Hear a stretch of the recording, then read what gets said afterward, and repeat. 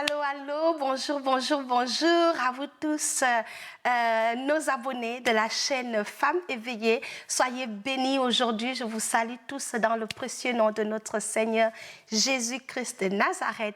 Alors, soyez la bienvenue, installez-vous. Si tu nous regardes pour la première fois, s'il te plaît, n'oublie pas de t'abonner. Aujourd'hui, c'est une émission spéciale, une émission où j'ai vraiment, pour vous dire la vérité, je me suis joué le rôle de Jonas. J'étais en fuite. J'ai dit au Saint-Esprit, ça là, c'est un sujet qui crée trop de... qui crée trop de débats et je ne veux pas un sujet qui crée le débat. J'ai essayé de fuir et fuir, mais le Saint-Esprit m'a rattrapé. Je me suis dit, je me soumets au boss, je me soumets à la volonté de Dieu. Donc, s'il vous plaît, ne me jetez pas les cailloux. Ça m'a pris le courage de venir faire ce message et résister. Mais Dieu en a décidé autrement et je pense que le Seigneur veut s'adresser à un groupe de personnes et il veut vraiment apporter de l'espérance et de l'espoir à un groupe de personnes. Et avant de vous dire de quoi on va parler, s'il vous plaît, permettez-moi de prier. J'ai besoin de la grâce de Dieu aujourd'hui. Plus. Alléluia. On va commencer par la prière. Je veux vraiment donner au Saint-Esprit de prendre le contrôle avant même que je n'ouvre ma bouche. Hallelujah. Thank you, Jesus. Father God, I honor you, I worship you, and I praise your holy name. You are worthy all the glory. You are the great I am that I am. You are the King of glory. I exalt your holy name. Thank you for your presence. Seigneur, prends le contrôle de ces moments. Seigneur, j'ai essayé de fuir, mais j'ai décidé de m'abandonner à toi parce que tes projets, Seigneur, sont des projets de paix pour nos vies. Seigneur, je suis ici et je m'attends à toi, Seigneur. Je te prête ma bouche, parle au travers de moi et fais ce que tu as prévu de faire dans la vie d'un couple, dans la vie d'une famille, Seigneur. Je sais que tu as un plan puissant. C'est la raison pour laquelle je me rabaisse totalement. Je m'humilie devant toi et je prie qu'au travers de ma bouche, quelqu'un puisse saisir ta pensée et ta vision pour le mariage. Seigneur, reçois toute la gloire, reçois tout l'honneur, parce que tu es un bon Dieu et nous pouvons te faire confiance, Seigneur, pour la vie, la réussite, l'épanouissement de nos mariages, de nos foyers. C'est la raison pour laquelle, Seigneur, je te cède, Seigneur, la première place en ce moment. Parle au travers de moi et glorifie ton Fils Jésus. In Jesus' mighty name.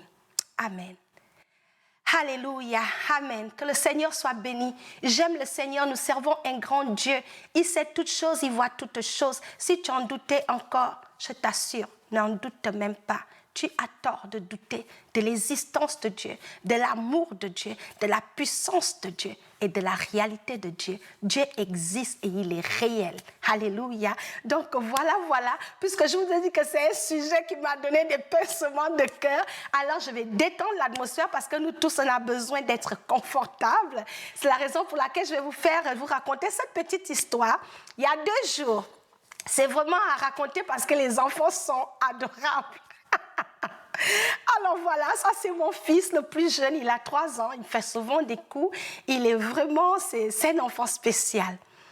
Alors, il y a 2 jours, j'étais dans la présence de Dieu, en train d'adorer mon Dieu. Je passais un moment fantastique dans la présence du roi des rois. J'étais juste en train de déverser mon cœur, en train de bénir le Seigneur. On sortait d'un jeûne, d'une retraite que le Seigneur nous a donné la grâce de faire 2 semaines sans manger. Donc, j'étais juste en train de dire à Dieu, Seigneur, vraiment, merci beaucoup parce que je ne sais même pas comment j'ai réussi à faire ce jeûne. Anyway, j'avais mon moment seul à seul avec mon papa adoré. Et pendant que j'étais dans la présence de Dieu, vous savez, le Saint-Esprit, la présence de Dieu avait envahi ma chambre. Je n'avais pas d'autre choix que de me prosterner et de pleurer devant la grandeur de Dieu. Fait que c'est ce que je faisais. Pendant que mon fils, je ne sais pas d'où il est sorti, il est rentré et il m'a surpris dans cette position-là. Et là, le bon monsieur qui me dit, Mommy, are you okay? What happened? Maman, est-ce que tout va bien? Qu'est-ce qui s'est passé? J'arrête de prier, je le regarde. Il me dit, Did Jesus put your time out? Ça veut dire, est-ce que Jésus t'a puni? Je dis, non, Jésus ne m'a pas puni. Il me dit, Are you a bad girl? Est-ce que tu es une mauvaise fille? Tu n'as pas écouté? Je dis non, Michael. Jésus ne m'a pas mis à genoux. Je ne suis pas une mauvaise fille, j'écoute. Donc il faisait le lien, puisque lui, quand il est puni, il est en genoux et il sait que c'est parce qu'il est un mauvais garçon, il n'a pas écouté, il est puni. Donc le fait qu'il m'ait trouvé comme ça et en larmes, il a dit ouh, donc maman fait des bêtises. Là, c'est Jésus qui l'a mis à genoux. Ensuite, il m'a pris dans ses bras, il m'a dit, Mamie, I'm going to give you a hug, you're going to be fine. Il m'a dit, maman, je vais te donner un câlin et puis ça va bien aller. I am sorry, je suis désolée. Je lui ai dit, non, hein, ça là, je ne suis pas dans la souffrance. Je suis en train de louer mon Dieu, aïe, aïe, aïe. Mais il était convaincu que Jésus m'avait puni. J'ai dit, mais cet enfant-là, franchement. Et je lui ai expliqué que non, ce ne sont pas des larmes de tristesse, ce sont des larmes de joie. J'étais juste en train de dire à Jésus combien je l'aimais et combien j'étais désolée de mes fautes. Et c'est ce qui m'a fait pleurer. Je ne sais pas s'il m'a cru, mais en tout cas, il est ressorti doucement confus. Donc voilà la petite histoire. Alors voilà. Ouh. Je suis détendue. Maintenant, passons aux choses sérieuses. Aujourd'hui, nous allons parler, le titre de notre message de ce jour porte sur « Bats-toi pour ton mariage ». Et oui, je vais répéter, « Bats-toi pour ton mariage ». Le Seigneur m'envoie te dire de te battre pour ton mariage. Alors, pour dresser un peu la table ici, le message d'aujourd'hui s'adresse à une catégorie de personnes. Le mariage, c'est très, très vague. Il y a plusieurs types de mariages. Il y a plusieurs personnes qui regardent cette émission. Il y en a pour qui ce que je vais dire ne fera pas du sens. Je vais m'adresser à une catégorie de personnes, les enfants de Dieu, les chrétiens nés de nouveau, qui expérimentent des défis, des difficultés dans votre mariage. Vous vivez des hauts et des bas. Il n'y a pas l'entente, il n'y a pas l'harmonie. Tu te sens... Tu as envie de jeter l'éponge, tu n'y crois plus, ta femme t'énerve, vous vous engueulez, il n'y a pas la paix, il n'y a pas la joie, il n'y a pas d'épanouissement, votre mariage est au bout du rouleau et vous sentez qu'il faut passer au divorce ou il faut se séparer, il n'y a plus la joie de vivre. À cette catégorie de chrétiens, ce message est pour vous. Le Seigneur te demande de te battre parce qu'il n'y a rien que le Seigneur ne puisse pas faire. Donc, pour aborder le message d'aujourd'hui, nous allons regarder deux choses.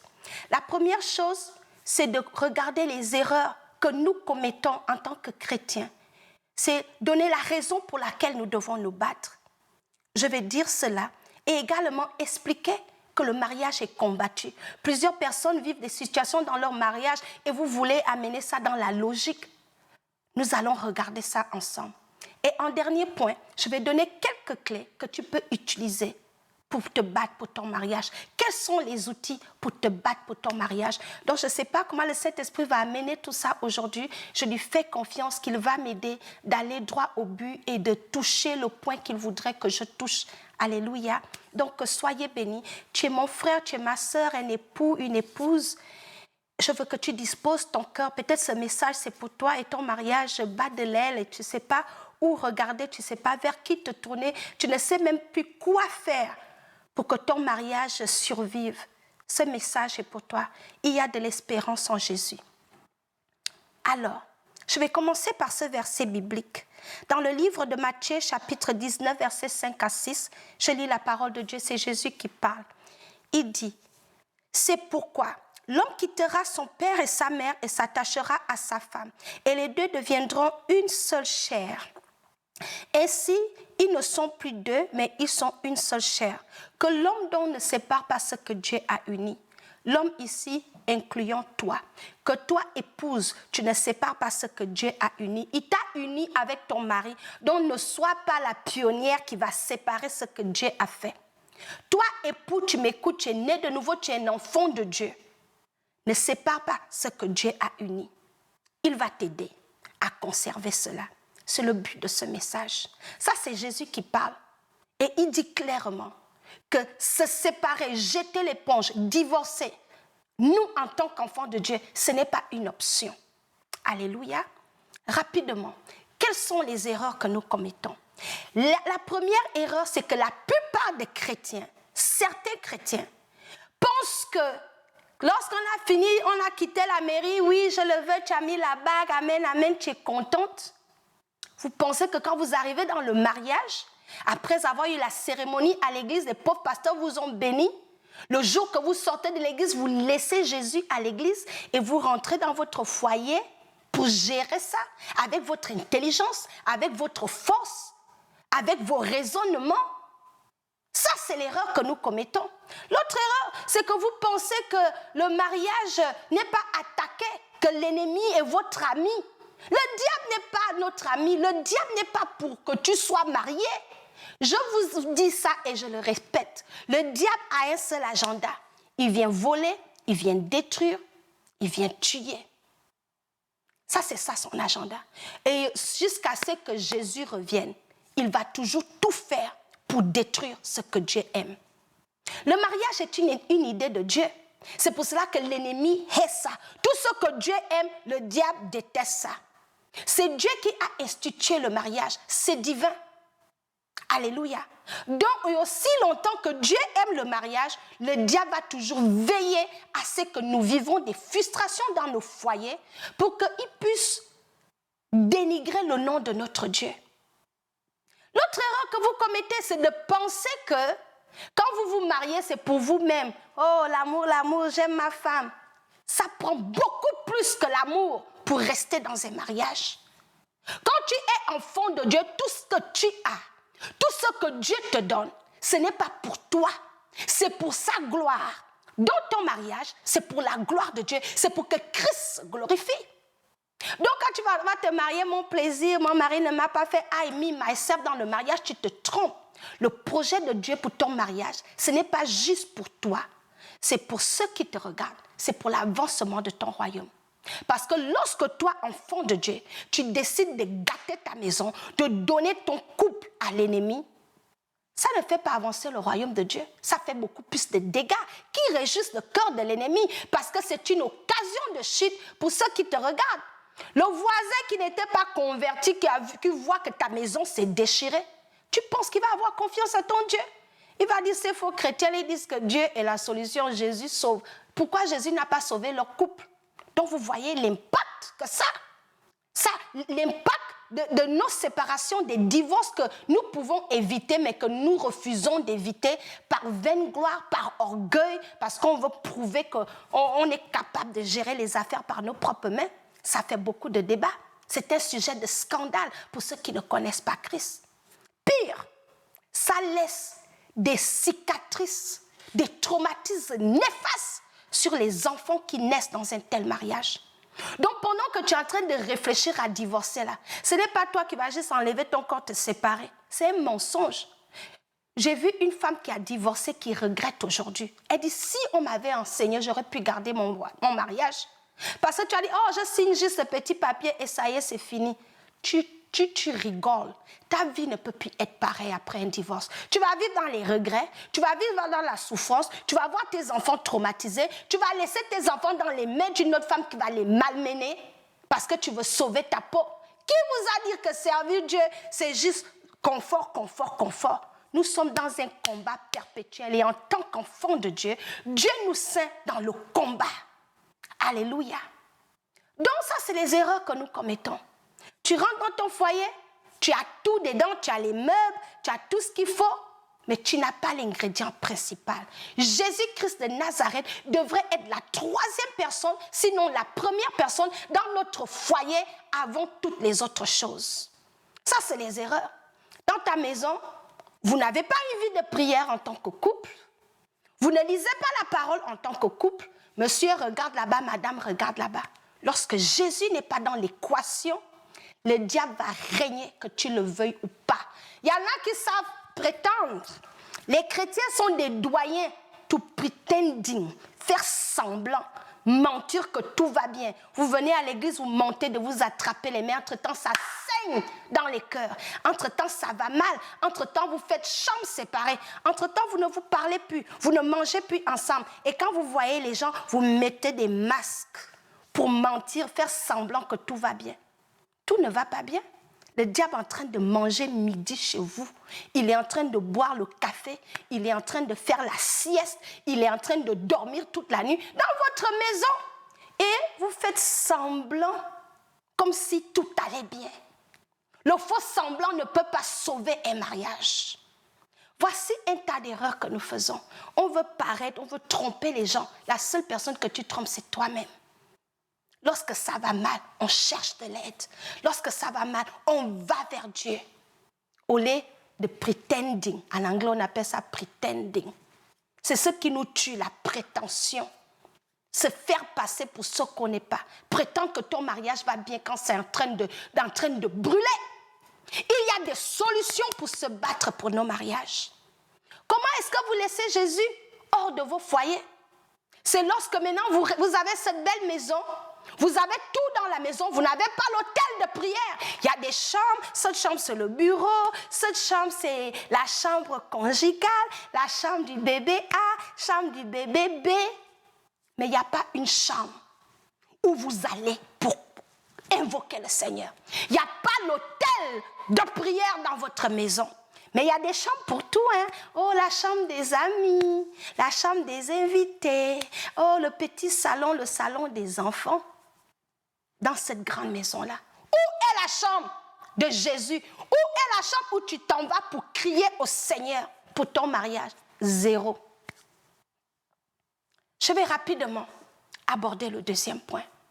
Comment se battre pour son mariage quand tout va mal? Dans le livre de Psaume, chapitre 18, verset 39, la parole de Dieu dit ceci. « Tu me ceins de force pour le combat. Tu fais plier sous moi mes adversaires. » Lorsque le diable vient combattre ton mariage, Jésus-Christ de Nazareth peut le faire plier lorsque tu te confies en lui. L'autre verset, Deutéronome chapitre 20, verset 4. « Car l'Éternel, votre Dieu, marche avec vous pour combattre vos ennemis, pour vous sauver. » Quand l'Éternel, ton Dieu, marche au-devant de toi, marche dans ton couple, il peut sauver ton couple. Mais si Jésus ne marche pas dans ton couple, qui va le sauver? Vous comptez sur l'aide du diable. Le diable n'est pas intéressé à sauver ton mariage. S'il peut gâter ça pour qu'on se moque de Dieu, pour créer la mauvaise publicité, c'est ça son objectif. Celui qui peut te sauver et sauver ton mariage, un seul homme, Christ. Alors, ça c'est pour vous montrer que nous sommes dans un combat perpétuel. Et lorsqu'on a un combat, on vit un combat, ça prend des armes. À la guerre comme à la guerre. Vous avez déjà vu quelle armée allait en guerre? Les mains ballants, avec les make-up, avec les rouges à lèvres. Tu ne te bats pas avec ton mariage, avec ta beauté. Certaines femmes reposent sur le fait que « Oh, je suis bonne au lit ». Parce que ça, c'est les histoires du village qu'on te raconte. Si tu es active sexuellement, tu peux bien satisfaire ton mari au lit. Tu vas garder ton mari. Oui, ça, c'est bien. Ce n'est pas tout. Ça prend beaucoup plus que le sexe pour garder un mariage. D'autres femmes, oh, je suis coquette, je m'habille bien, je suis la belle fille, j'ai un teint clair, j'ai tous les maquillages Chanel, dernier cri. Mon mari m'aime parce que je suis bien bâtie. Tu te trompes. Vous n'avez pas vu des misses que les maris ont laissées? Ce n'est pas ta beauté qui va garder ta maison. La Bible dit bien dans le livre, donnez-moi un instant, dans le livre de Psaume 127, versets 1 à 2, ça dit... Si l'Éternel ne bâtit pas la maison, ceux qui bâtissent travaillent en vain. En vain. Si l'Éternel ne garde pas une ville, celui qui la garde veille en vain.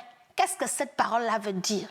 Si c'était bonne sauce, certaines femmes, oh, elles ont des atouts que lorsqu'elles préparent, non, tu vas te lécher les doigts. Même tes bonnes sauces ne peuvent pas sauvegarder ton mariage. Tout ça, c'est des petits critères. Lorsque le diable veut vous mélanger, c'est ni le sexe, c'est ni les sauces, c'est ni la beauté, c'est ni l'argent. Certaines fois, on dit, oh, j'ai de l'argent, mon mari est à mes pieds. Ah oui, le diable s'en fout de ce que tu possèdes. Il n'a pas peur de tes atouts physiques pour ne pas s'initier dans ton mariage. La seule chose que l'ennemi craint, c'est là où le nom de Dieu est invoqué, c'est ce qui le fait reculer. C'est lorsque tu viens dans le nom de l'Éternel que les géants tombent, que la pression dans le foyer s'en va, que ton mariage peut survivre les attaques, les malentendus, les difficultés. C'est au nom du Seigneur. Si tu étais assise dans ton mariage, à te confier à la voisine, à papoter, de murmurer, tu racontes des histoires. tes critiques, tes jugements ne peuvent pas sauver ton mariage.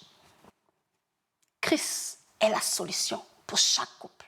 Et ce Christ m'envoie aujourd'hui, au travers de ce message que j'ai fui, je vous assure, j'ai dit au Saint-Esprit que je comprends pourquoi Jonah avait fui.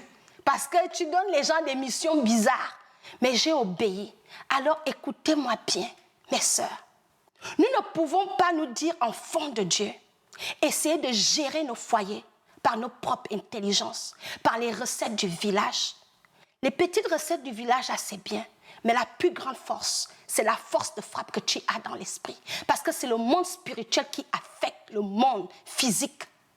Si tu n'associes pas à tes bonnes sauces Christ, tu veilles en vain. Tu veilles en vain. Il y a des belles femmes qui ont perdu leur foyer. Il y a des femmes qui préparaient des chefs, préparaient jusqu'à quand elles préparent. Toi-même, tu es dépassé. Elles ont perdu Marie. Les émotions, tu t'assois, tu pleures, tu passes ton temps à pleurnicher. Qui t'a dit que le diable est bousculé par les pleurs? Il s'en fout. S'il peut te garder dans les larmes pour toujours, il va le faire. Donc tu ne peux pas t'asseoir à pleurnicher. Dieu veut que tu te lèves, que tu te battes et que tu ailles chercher l'aide et la force chez le Seigneur. Comment je sais ça? Dans le livre de Psaume 33, la Bible nous dit que l'Éternel est notre forteresse. Il est notre force. Il est notre bouclier. Ça veut dire quoi? Ça veut dire que lorsque tu veux sauver ton mariage, tu peux compter sur l'aide de Dieu parce que tu ne vas pas combattre seul. C'est le Seigneur qui combat pour toi. Il a dit, the battle is unto the Lord. Le combat est à Dieu. Toi, ton travail, c'est de te soumettre, de lui faire confiance et prier. Alors, quelles sont des choses que tu peux faire pour te battre pour ton mariage? La première chose que je veux dire, c'est d'investir. Ah non, on va commencer par la prière. C'est de prier pour ton mariage. On dit qu'un couple qui prie ensemble reste ensemble. Vous négligez la prière. Tu fais tout sauf prier. Apprends à prier avec ton mari. Priez chaque jour pour soumettre votre foyer entre les mains de Dieu. Parce que le diable rôde. Le jour que vous êtes relax, que vous dormez parce que tout va bien. C'est même quand tout va bien dans ton foyer que tu dois prier plus. Mais c'est quand ça chauffe que vous cherchez Dieu. Ce n'est pas quand ça chauffe qu'il faut chercher Dieu. Tu cherches Dieu quand ça chauffe, quand ça ne chauffe pas. Tu es dans Jésus pour que lorsque l'ennemi vient, Jésus est toujours présent. La prière, le jeûne. La Bible dit que l'homme ne vivra pas seulement de pain, mais de toute parole qui sort de la bouche de Dieu. Les âmes qui dépassent la cuisine pour que tu aies un bon mariage sont dans la parole de Dieu. Mais toi, tu es en train de bâtir ton mariage en regardant les films d'Hollywood, en regardant des films nigériens. Ce n'est pas ça qui peut sauver ton mariage. C'est la parole de Dieu qui peut sauver ton mariage. Comment je le sais? Les premières années de mon mariage, je me plaignais. Oh mon mari. Je suis allée voir Dieu. Vous savez ce que Dieu m'a dit? Dieu m'a dit, on va commencer avec toi. J'ai dit, hein, Seigneur? Il m'a dit, oui. On va commencer avec toi. Je vais te façonner, modeler. Parce que le temps que je t'ai travaillé, tu ne vas plus voir ce qui ne va pas chez ton mari. J'ai dit, hein? J'ai dit, Dieu même est dans les marchés. J'ai dit, Seigneur, donc tu prends la part de mon mari. Mais il m'a dit, il faut que je te travaille. Certaines parmi vous, vous êtes là, ton mari a fait, ton mari a fait, ton mari a fait. Tu sauvegardes ton mariage avec la parole de Dieu en commençant à pointer le doigt sur toi-même. Qu'est-ce que je fais qui gaspille ce mariage? Lorsque tu dis à Dieu, Seigneur, au travers de ta parole, façonne-moi pour que je sois l'épouse qu'il faut pour l'homme que tu m'as donné, c'est là où le Seigneur commence à travailler. Tu ne peux pas faire toutes tes prières, délivre mon mari. Toi-même dans tout ça, tu as ta part dedans. Donc c'est dans la parole de Dieu que le Seigneur va t'équiper, qui va faire de toi l'épouse qu'il voudrait que tu sois pour ton mari. Il dit, l'homme qui a trouvé une femme a trouvé une bonne chose.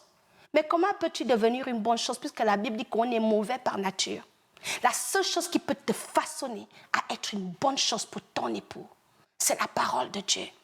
Parce que la parole de Dieu va exposer, tu es rancunière, tu aimes trop critiquer, tu es insoumise, tu es infidèle, tu ne respectes pas ton mari. Et quand ça te corrige, ça t'équipe avec des vraies âmes qui forge ton caractère. Et lorsque ton caractère est forgé en Christ, tu reflètes Christ, ça va changer la manière que tu regardes ton mari.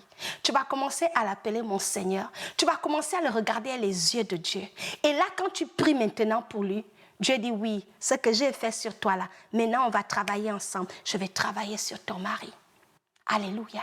La parole de Dieu.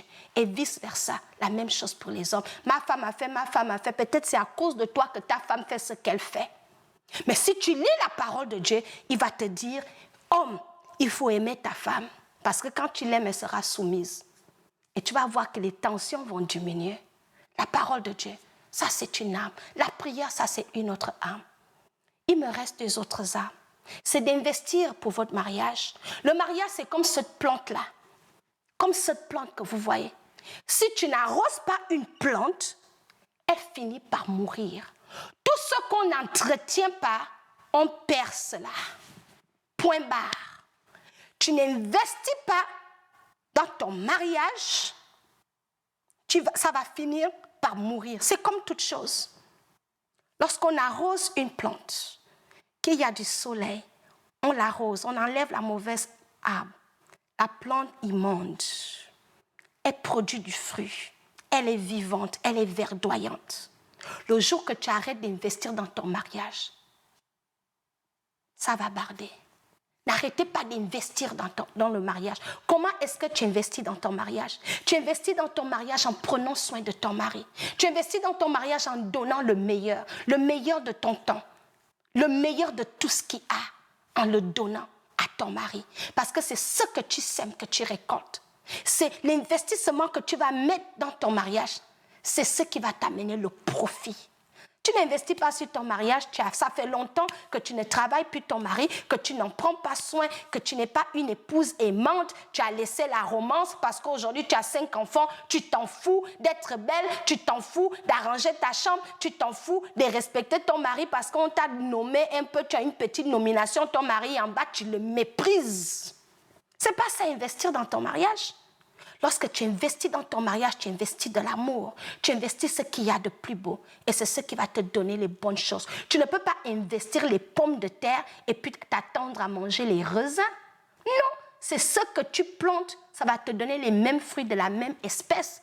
Tu investis la haine, les injures, l'insoumission. C'est ce que tu vas récolter. Les frustrations, c'est ce que tu vas récolter. À part investir pour son couple. Je voudrais également nous encourager, c'était quoi mon dernier point, je l'avais écrit quelque part, c'est d'apprendre également à prendre nos responsabilités. Tu ne peux pas passer la vie dans le mariage juste avoir les gros yeux sur ce que ton mari fait ou sur ce que ta femme fait et manquer de prendre ta part de responsabilité. Lorsqu'on prend sa place de responsabilité, lorsque tout va mal, ça nous permet de voir des choses dans une autre perspective. Alors on combat pour son mariage avec des armes que Dieu va nous donner. Il va nous inspirer. La dernière chose que je veux mentionner, et je voudrais que vous gardiez, généralement dans le mariage, on combat le mauvais ennemi. Ta femme n'est pas ton ennemi, ton mari n'est pas ton ennemi. Le vrai ennemi, c'est le diable derrière les rideaux que tu ne vois pas. C'est lui que nous devons combattre de toute notre force. Le Seigneur ne veut pas que nous divorcions, que nous abandonnons notre foyer parce qu'il a à cœur la réussite de nos mariages. Parce qu'au travers de nos mariages, nous sommes le reflet de l'amour de Christ. Dieu a dit, je voudrais que vous soyez un, comme le Père et moi, nous sommes un. Le jour qu'on brise cette unité-là, c'est quel message qu'on envoie au monde? C'est quel héritage pour nos enfants? Les enfants qui sortent des familles qui ont vécu des divorces sont misérables, sont traumatisés. Pensez aux enfants. Il ne s'agit pas juste de vous. Le mariage est un ministère dans lequel Christ veut se glorifier pour sauver des âmes.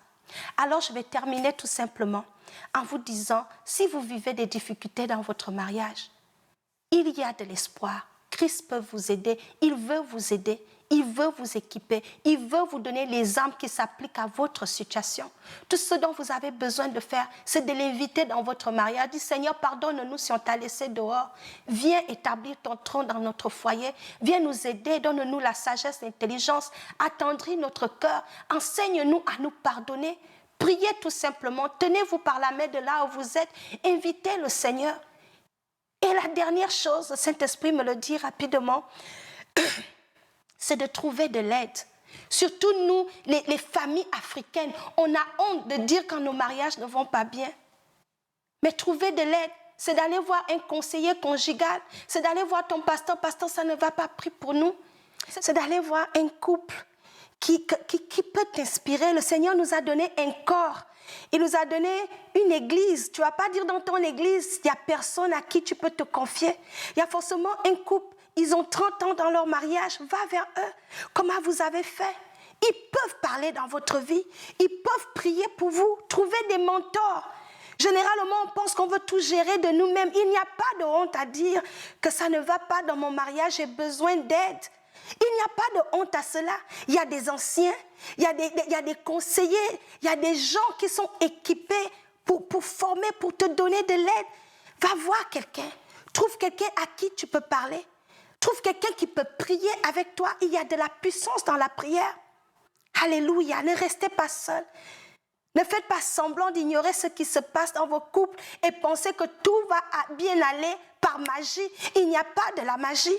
Le combat est réel. Les forces qui combattent nos mariages sont réelles. La sorcellerie, la jalousie humaine, la méchanceté, l'ennemi, il veut renverser nos maisons pour que nous soyons dans les larmes, pour que nos enfants soient traumatisés à cause des dégâts du divorce.